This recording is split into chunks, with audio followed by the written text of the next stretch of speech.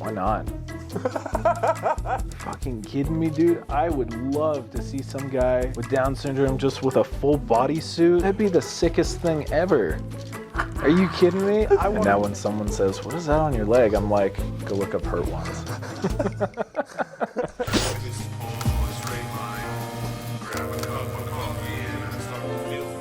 What's up, everyone? My name's Kenyon Webb. I'm the host of Hurt One. Today, my special guest is Clark. Hey, how's it going? My name's Clark. I'm local here in Nevada. I've been living in Nevada for a long time. I'm a part of the hardcore scene in Reno. Shout out to Sadist, RJ, you and well, here's what's gonna happen. I'm gonna explain it quick, so stick with me. I got 5 dice here. There's a bunch of contents on them. One of them being plant materials, one of them being traditional things, one of them being animal, esoteric things. This one glows in the dark. It's pretty cool.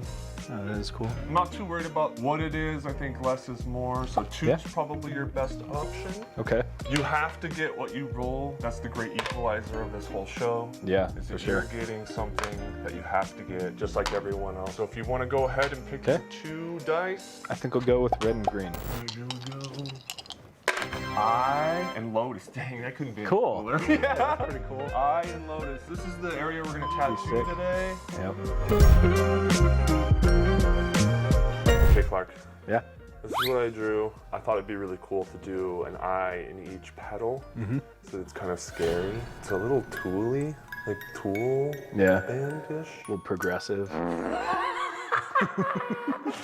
You got all this black and gray and then Right. Darth Maul. Do you want it to be crazy? Do you want it to be subdued? I mean, I think the bright color would look cool. I think something brighter would look fine, like some greens or yellows. Bright green flames would be sick. Yeah. The outline was just bright ass green. Yeah, and maybe like the inside, like the iris of the eyes maybe. Okay. We can do green for those. Yeah, you want them all green eyes? That'd look really cool if we had a warm color for your Like the petals. for the petals behind that. Yeah, So sure. anything bright pink, Red or like an orange. orangey red. That look cool, yeah. Okay. Yeah, somewhere in between. I'm gonna go grab some colors. I'm just gonna give you a little bit of option, even though I shouldn't give you any. You don't have to. Well, I don't have You to. can be like, bro, this is what you get.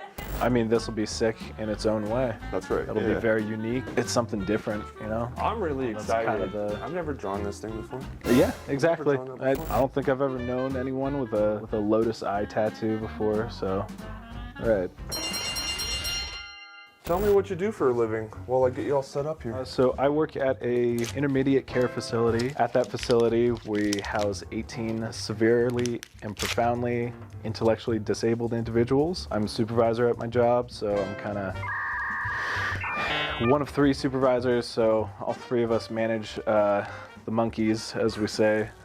You know what I mean? It's kind of a crazy thing every day. Things change every day, so yeah. You must be a caring person if that's something you're willing to do every day. I mean, it's Put kind of... yourself into a crazy mode. It's something that I've always kind of known that I wanted to get into. When I was younger, I wanted to try and go more of like straight medical, but after, you know, I was in a medical position for like a little bit. I had the opportunity to go that way, and I just didn't like the vibe of it. Everything's what kind of, so... like being a nurse, or like what's the... I don't want to say being a nurse. Well, I mean, starting out in medical, you kind of have to start at the bottom to get a leg in, and I feel like that's kind of the same if you talk to nurses or even some doctors. You know, usually they will dip their toe into medical before going all the way. Like, let's say it was more of like the feel of the environment, I guess. Where I work, we try and encourage, you know, as much quality of life as possible. And sometimes if you go into like a nursing home or a memory care center, it's just depressing.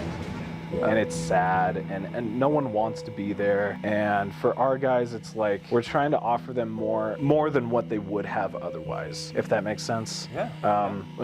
The clients that we care for are totally dependent on us for what kind of bathing, feeding, dressing, and just we try and teach them basic skills. And really the goal is for them to be able to learn enough skills and be more independent to go to a less restrictive facility, if that makes sense. Yeah. Kind of the clients that we deal with, they need the most help possible. They need 24-hour care. They need someone.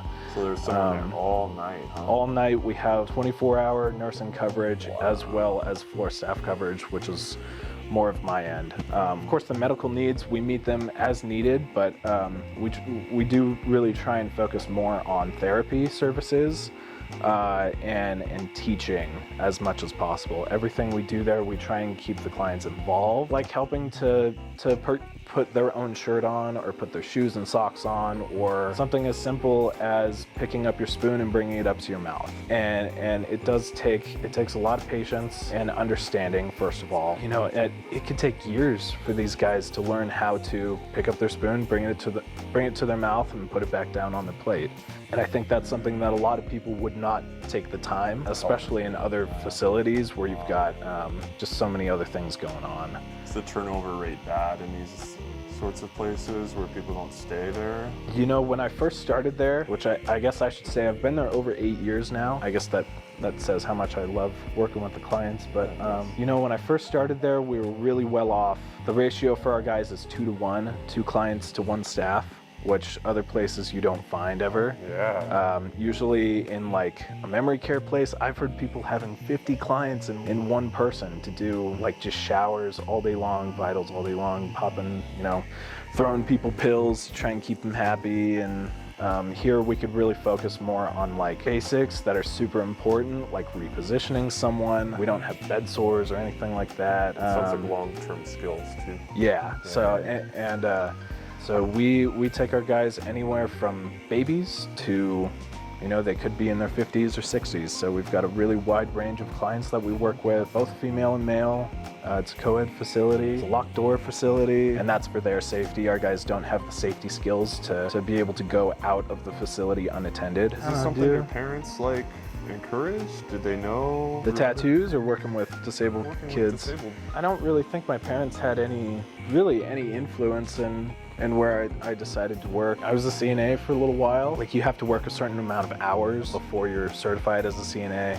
And the facility that I work at happened to be one of those places. And, you know, I went, of course, a lot of people go that route because the money is fast. Yeah, like you get kind of fast money from it and you think it's gonna be all right, but you don't necessarily know what the workload is gonna be like. Like, they make you work for that $19, $20 an hour. Plus you're working all sorts of terrible shifts. Yeah, the crazy hours, and you know, you don't get holidays or anything like that. Mercedes-Benz, they're making you pay more, like a subscription base, for kind of unlock faster. So, and they're electric vehicles? So they're regulating their miles per hour. Dumbing down their vehicles. So you can be like, I'm gonna pay the extra $100 a year to unlock on this speed. Interesting.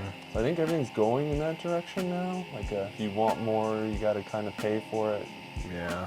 Just like fucking the Disney Channel and everything, you know? You're like, oh, I gotta have ads now? Like, that's just the way. Yeah, that kind of sucks to hear. Yeah, no. Not that I'm ever going to be able to afford a Mercedes or Audi, but so it's already installed in the car and you have to pay for it to get it?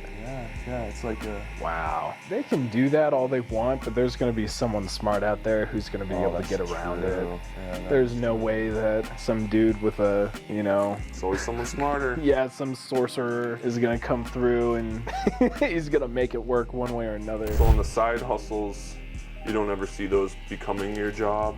And being a photographer, does that just seem like unrealistic? You know, I would love to be able to do photography full time. Oh, man, it's just something that, like with any artistic outlet, you have to weigh, like, am I gonna go full in on this? I would have to really fully commit myself to make it a career. With the years that I've spent at the facility already and what I've been able to do, I'm not sure yet. Man, I wonder how you can marry the two. I mean, you already are, it sounds like. I mean, they allow me to come in for special events and take photos, and, you know, as long as everyone has got the right coverage and is well taken care of, you know, we want to be able to document all the fun stuff and look back on those things. And they like it too. Looking back through memories of doing stuff from years ago, they get all excited, and looking at past clients or residents and staff that may have been there before I was around. Yeah, the guys get really excited about looking back through photos and stuff. So it's really important to to keep that up, I think. Heck yeah, it is, dude. Why they should have the same fucking amount of access to memories as anybody. Absolutely. Jesus Christ, that's Yeah. part of school. It's part of anything. Yeah, if I was to take photography more serious, I think I definitely could make a career out of it, just doing portraits and weddings. And I mean, I feel like every photographer starts with weddings and portraits because you kind of have to know how to do that. That's the and money. then from there, kind of create your own style and workflow. And I think that's what people want you to think. Mhm. I think you can just do that from the get-go, dude. You think so? Yeah, I think you can just say fuck everyone and just go get some style going and just go do weird shit and Yeah, be the yeah. guy who does weird shit. That's true, definitely true. It might be shallow of me, but I like taking photos of beautiful people, just like everyone else, you know?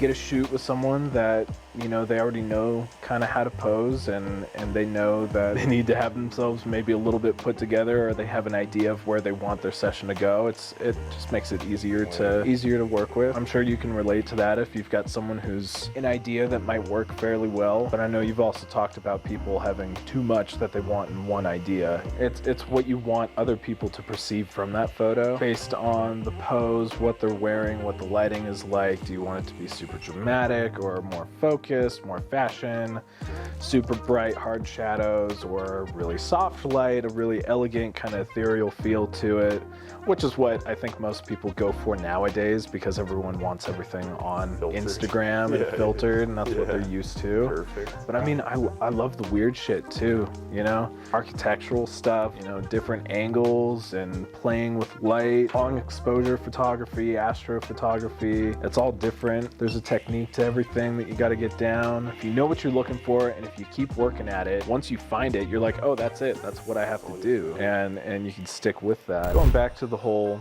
you know, disabled folks getting tattoos. Personally, with my clients, they would not be able to even say that they wanted that. But for someone who is able-bodied, you know, they can make their own meal, they can dress themselves, they can drive a car. Why not? Fucking kidding me, dude? I would love to see some guy with Down syndrome just with a full bodysuit. That'd be the sickest thing ever. Are you kidding me? I want to be that dude's friend.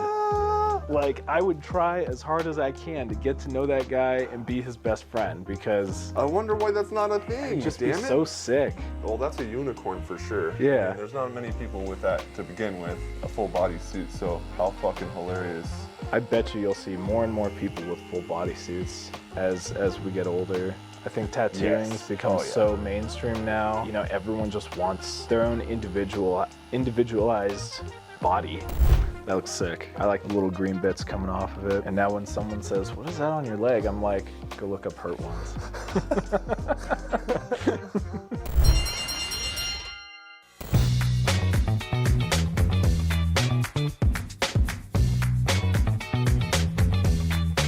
Thanks for joining us today on Hurt Ones. Also want to thank Clark for being an awesome guinea pig today. Clark, do you want to say anything about side hustles or anything you want to promote? I mean, I kind of already talked about the photography stuff. It's not like I have a business or anything, but if you do want to hit me up, you can check me out on Facebook or Instagram. I think on Instagram, my handle is Clark and Binary, so you can check it out. Personal message me if you're interested in setting up a portrait shot or anything. So yeah, man, really, I wanted to thank you. Thanks for having me on. And yeah, I know we're kind of experimenting here, but it was a lot of fun. Thanks, and man. thanks for all your being a work. guinea pig. Yeah, anytime, dude. I got lots of free space. So. All right, bye everyone. Bye. Thank you.